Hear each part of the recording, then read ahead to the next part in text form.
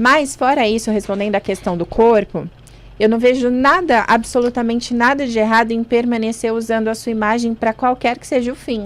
Porque é uma decisão pessoal e eu sou uma pessoa anti-julgamento. Você jamais, Felipe, vai me ver apontando o dedo para alguém e dizendo isso está certo ou está errado. Até porque ser anti-julgamento é uma das posturas das pessoas de sucesso. As pessoas de sucesso preferem olhar para elas e curar nelas o que precisa ser curado nelas do que apontar para os outros e tentar cuidar daquilo que muitas vezes elas precisam cuidar nelas primeiro. Sim. Então, eu não acho nada de errado em quem continua vivendo uma vida com a sua imagem, expondo o seu corpo de forma saudável, enfim. No meu caso... O que é expor o corpo de forma saudável? Não, eu acho que a pessoa que se sente bem expondo o seu corpo está saudável, não tem um conflito acontecendo com ela. No meu caso, tinha um conflito, então a questão não era a exposição, a questão era que você não queria. Eu não estava preparada para aquilo tudo, porque eu tinha, quando a Band me contratou para ser o símbolo sensual da casa, eu fui a caçula, eu já conhecia esse modus operandi, tá? Porque a gente já tinha tido a tiazinha, a feiticeira.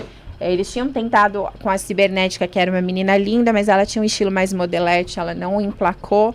E aí eles apostaram na bandida, que foi a personagem caçula. Eu já sabia que a minha carreira ia finalizar na capa de uma revista, que eu ia ter que posar nua.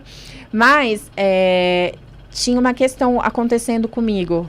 Eu queria todo o glamour disso, eu queria ser beneficiada, eu queria ganhar dinheiro, ficar milionária, eu queria ficar famosa, eu queria tudo. Mas eu não queria que as pessoas me colocassem em xeque. Aquilo me feria. E hoje eu consigo me analisar e entender que aquilo me feria por causa do abandono do meu pai. Quando meu pai saiu de cena, ele era um super pai. Foi um pai incrível na minha infância. Então, talvez tenha doído mais por isso. Quando meu pai saiu de cena, eu tinha 11 anos. E ele retornou quando eu tinha 16. Então, o início todo da minha adolescência, a minha mãe cuidava da gente como mãe e pai.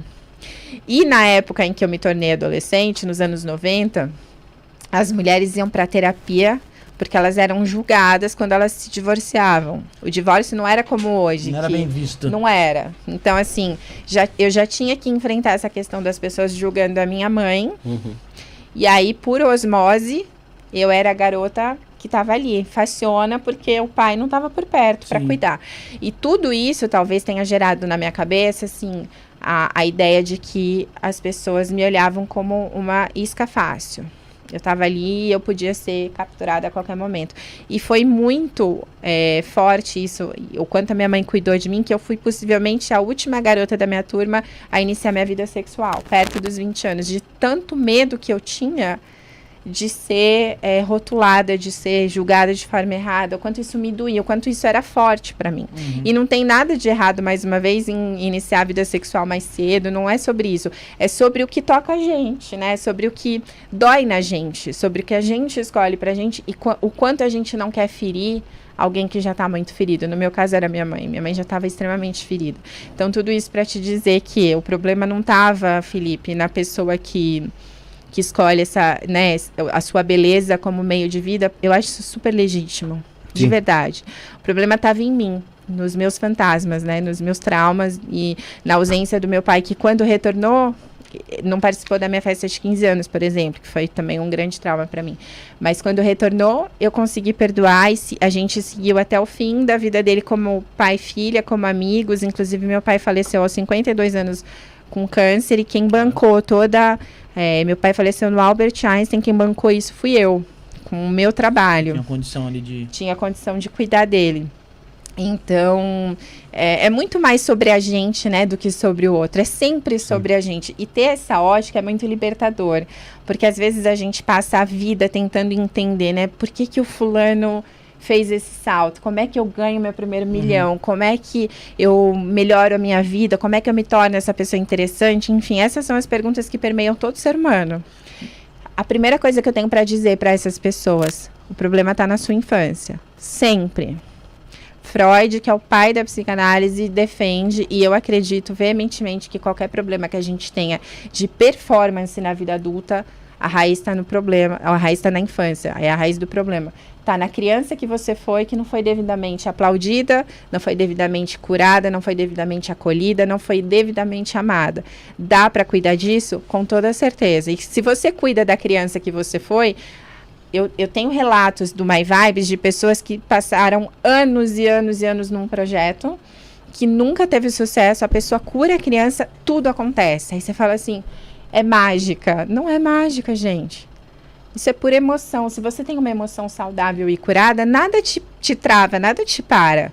É simples assim. As pessoas gostam de processos muito fortes, de processos difíceis. As pessoas querem gastar muito dinheiro, acreditam nisso, Gosta né? de se encher os olhos.